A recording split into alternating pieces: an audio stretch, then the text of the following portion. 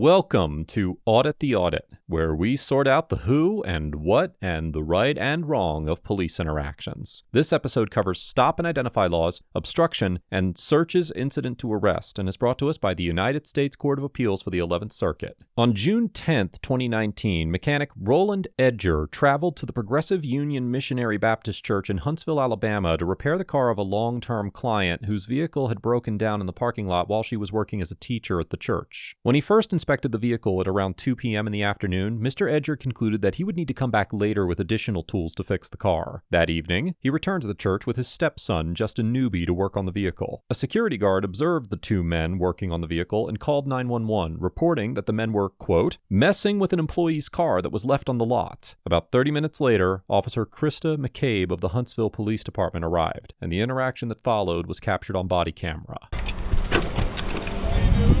Good. How are y'all doing? Spark. How you doing? What are y'all doing? I'm from second description. Huh? What are y'all doing? Get in the car. 36 heads Is this your car? Here's to a drive off tag. One of my customers. 1867. One of your customers? Dog Patel, yeah. I was over here earlier. Whose car is that? That's mine. The black one? Yeah.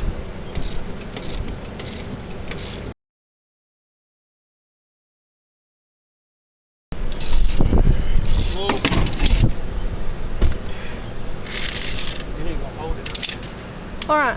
Take a break from me real fast, and y'all have driver's license or IDs on you? I ain't gonna submit to no ID. Listen, you call this lady right now. Listen, I ain't got time for this. You've been all worried. I don't mean to be rude or nothing. Okay, no, you do need to give me your ID or driver's license. Listen, I don't want you to run me in and for nothing. Are you refusing me to give? Are you refusing to give me your ID or driver's license? I'm telling you, if you call this lady on this Step car. over that one. Come on, man. See y'all. See, here's y'all playing. You're playing right now. We don't got time for this. We really don't got time for this. Officer McCabe demands that Mr. Edger provide his driver's license, and when he refuses, Officer Cameron Paralat handcuffs him. In general, as the Supreme Court explained in the 1991 case of Florida versus Bostic, even when officers have no basis for suspecting a particular individual of criminal activity, they can ask questions of that individual and even request the individual's identification, quote, as long as the police do not convey a message that compliance with their requests is required. However, as the Supreme Court noted in the 1983 case of Florida versus Royer, quote, the person approached need not answer any question put to him. Indeed, he may decline to listen to the questions at all and may go on his way. He may not be detained even momentarily without reasonable objective grounds for doing so, and his refusal to listen or answer does not, without more, furnish those grounds. Nonetheless, the Supreme Court held in the 2004 case of Heibel versus 6th Judicial District Court of Nevada that although the Constitution itself does not create an obligation for individuals to identify themselves, when officers have the reasonable suspicion necessary to detain a citizen, quote, a state law requiring a suspect to disclose his name in the course of a valid Terry stop is consistent with Fourth Amendment prohibitions against unreasonable searches and seizures. Alabama's so-called stop and identify law, which is found in section 15-5-30 of the Alabama Code, provides that a law enforcement officer, now quoting, may stop any person abroad in a public place whom he reasonably suspects is committing, has committed, or is about to commit a felony or other public offense, and may demand of him his name, address, and an explanation of his actions. Accordingly, even assuming for the sake of argument that the officers had reasonable suspicion to believe that Mr. Edger was engaged in criminal conduct, Alabama's stop and identify law would not authorize Officer McCabe to require him to display his driver's license, as the statute clearly identifies the only three things that the officers may demand of a suspect: their name, their address, and an explanation of their actions. Man, y'all don't understand. You don't understand the law. I do. I got three officers officers. I'm 36. Y'all know. Turn it the other way. Y'all pressed my left arm up there, man. I twisted my left when I asked you, sir. All right, I'm gonna undo your cuffs. Yeah. And you twist your wrist around. Yes, sir. Yes, sir. I'm gonna give you my ID. I have my pocket. Hey, man. Will you go stand in front of my car for me? Hold on, I'm getting my ID, man. No, we'll get your ID. Keep your wrist like that. All right. All right. They're good now. No, look. They're good right now. They're not too tight. Okay, you're under arrest for obstruction. I didn't do nothing. All right, so if you resist any further, you will also get charged with resisting arrest. Listen. You understand? Listen, I give you my ID. I tell you what's going on. This is ridiculous. I'm trying to get a customer's car here. I'm in a rush. My shop's unlocked over on Governor's Drive right now. Man. Officer McCabe informs Mr. Edger that he is under arrest for obstruction. Alabama's obstruction statute, found in Section 13A-10-2 of the Alabama Code, provides that an individual, now quoting, commits the crime of obstructing governmental operations if, by means of intimidation, physical force, or interference, or by any other independently unlawful act, he intentionally obstructs, impairs, or hinders the administration of law or other governmental function. The U.S. District Court for the Northern District of Alabama held in the 2023 case of Jennings v. Smith that an individual's failure to identify themselves when officers have reasonable suspicion to believe that they may be committing a crime can constitute a so-called independently unlawful act that violates the obstruction statute. However, as we discussed earlier in this episode, Alabama's Stop and Identify statute does not require citizens to provide physical identification, which is the only thing that the officers requested from Mr. Edger before arresting him. And while officers have the authority to demand driver's licenses when they pull over individuals for potential traffic violations, there is no requirement under Alabama law that would require Mr. Edger to provide his driver's license in this situation, even if a court concluded that the officers had reasonable suspicion to detain him. Accordingly, it is highly unlikely that a court would determine that the officers had probable cause, or even arguable probable cause, to arrest Mr. Edger for obstruction or any other offense. Do you want my ID? Where's your ID? It's in the car, I'm sure. I thought it was in my pocket. You're all down in my pocket for no reason. I said my ID is in my car. Go over and walk in and get my car. Okay, well, he's still going to check your pocket because I don't know what's in them, all right? And you're not going to get placed in my car without knowing what's in your pocket. You shut up. Is that how you talk to someone? Is that all officers supposed to talk to someone like this? Yeah, we're here doing a custodial search on you. I didn't do anything. What y'all need to do is call Miss Noel Patel right there in this office right here and hand me the key. That's what you need to do. I already explained to you, all right? Man, I am such a rush. How long has it been, man? I've been trying to get over and get this car all day. And then there it is, okay. Look at it. 3821 Crane Drive. That's it right there. Is that all his pocket? I think she's having problems with her landlord who's making I got change and stuff like that. Come on.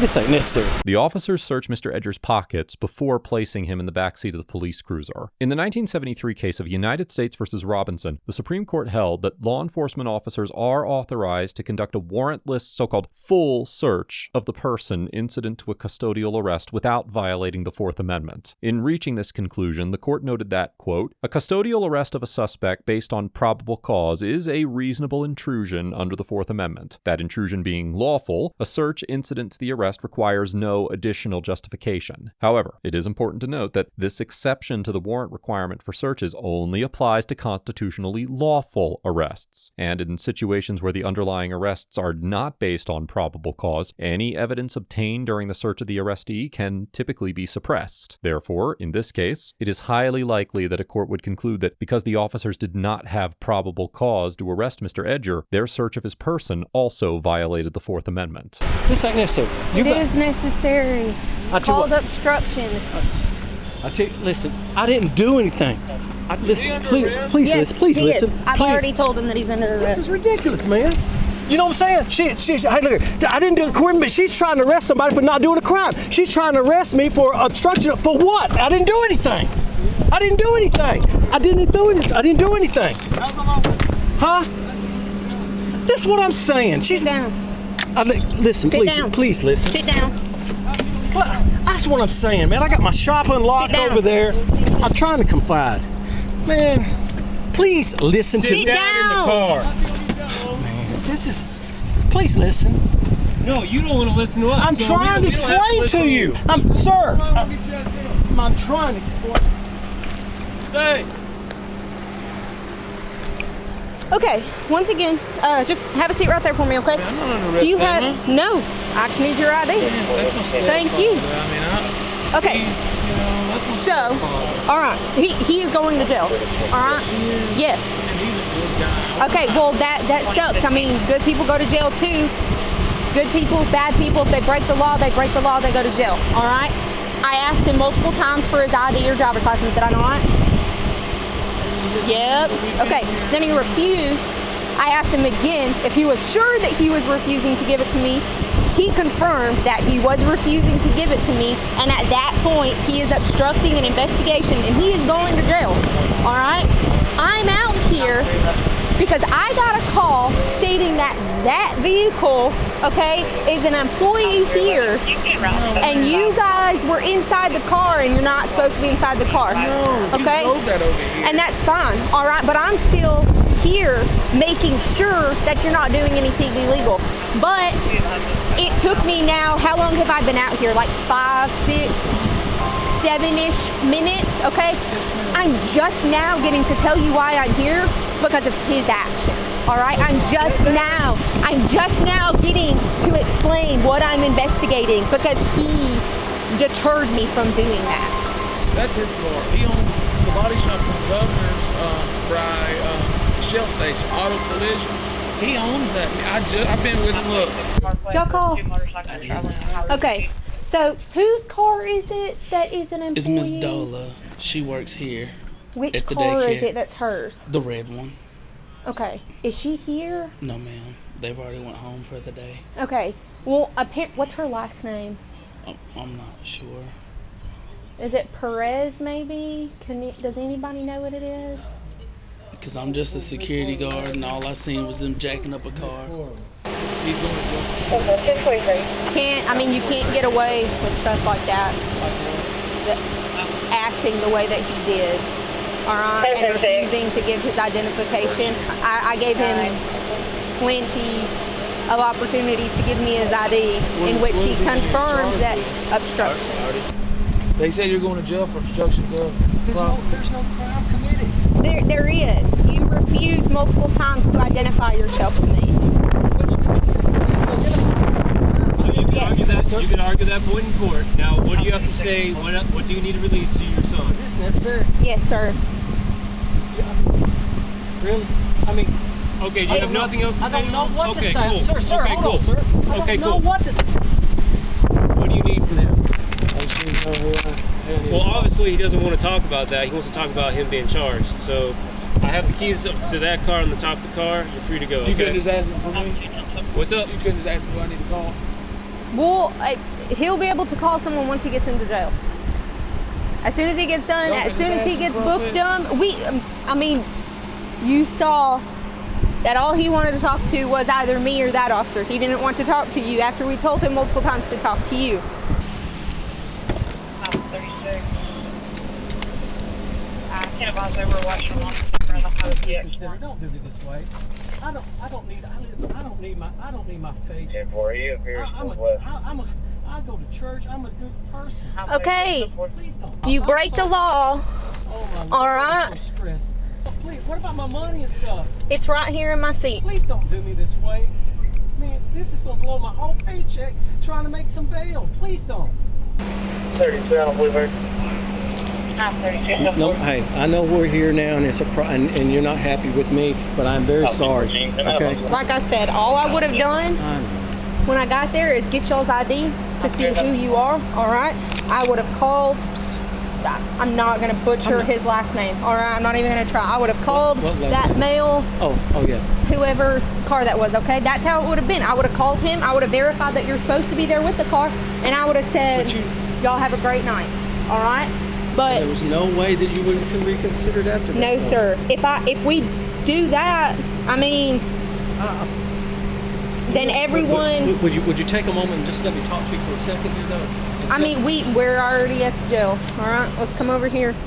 After his arrest, Mr. Edger was charged with obstructing, but the city of Huntsville later dismissed the charge. On February 9th, 2020, Mr. Edger filed a false arrest lawsuit against Officer McCabe, Officer Paralat, and the city of Huntsville in federal court. Despite determining that the officers did not have actual probable cause to arrest Mr. Edger, the district court granted the officers qualified immunity and dismissed Mr. Edger's complaint, reasoning that the officers had arguable probable cause to make the arrest because a reasonable but mistaken officer could have believed that Mr. Edger's refusal to provide physical identification was a crime. Mr. Edger appealed to the 11th Circuit Court of Appeals, and in an opinion issued on September 26, 2023, the Court of Appeals reversed the district court's decision, determining that Officer McCabe and Officer Paralat were not entitled to qualified immunity. In reaching this conclusion, the court noted that, quote, "It has been clearly established for decades prior to Mr. Edger's arrest that the police are free to ask questions and the public is free to ignore them, and the state statute itself in this case is clear and requires no additional construction. Police are empowered to demand from an individual three things: name, address, and an explanation of his actions. Under this set of facts and these precedents, no reasonable officer could have believed there was probable cause to arrest Mr. Edger for obstructing governmental operations." The Court of Appeals remanded the case to the district court to move forward with the case, and as of the date of writing this episode, the lawsuit is still pending. Overall, Officer McCabe and Officer Paralat get an F for maintaining a hostile and impatient demeanor throughout the encounter, demanding that Mr. Edger show his ID when there was no legal basis to require him to do so, and arresting Mr. Edger without any probable cause to reasonably believe that he had committed a crime. This encounter escalated remarkably quickly, with the officers beginning to handcuff Mr. Edger as he was attempting to provide an explanation of his actions, which is required by Alabama's Stop and Identify statute, and ultimately arresting him for not handing over his driver's license, which is not required by Alabama's Stop and Identify statute. Although Mr. Edger offered his driver's license at least 3 times before the officers could finish handcuffing him, the officers refused to accept his ID at that time, and decided it was the most effective use of their time to continue with the unlawful arrest, with Officer McCabe then complaining about the quote-unquote delay that her decision to illegally arrest Mr. Edger caused. This encounter is a perfect example of what is often referred to as a contempt of cop arrest, and demonstrates how ego-driven officers can become so obsessed with obtaining physical identification and receiving complete compliance from citizens that they limit their own ability to effectively conduct investigations, while also violating the constitutional rights of the citizens they have sworn to protect. Mr. Edger gets an A for refusing to show his identification when he was not legally required to do so, physically complying with the arrest while verbally challenging the officer's unconstitutional actions, and taking appropriate legal action after his unlawful arrest. Although Mr. Edger did eventually concede to the officer's illegal demands for his driver's license, I cannot fault him for attempting to avoid an arrest, and I strongly commend Mr. Edger for his commitment to his constitutional rights and his willingness to pursue a lawsuit all the way to the 11th Circuit Court of Appeals. Qualified immunity is a difficult legal hurdle for a civil rights plaintiff to overcome, and the fact that Officer McCabe and Officer Paralat lost their qualified immunity in Mr. Edger's case shows just how unconstitutional their actions truly were. I congratulate Mr. Edger on his appellate victory and wish him the best of luck as his lawsuit continues. Let us know if there is an interaction or legal topic you would like us to discuss in the comments below. Thank you for watching, and don't forget to check out my second channel for even more police interaction content.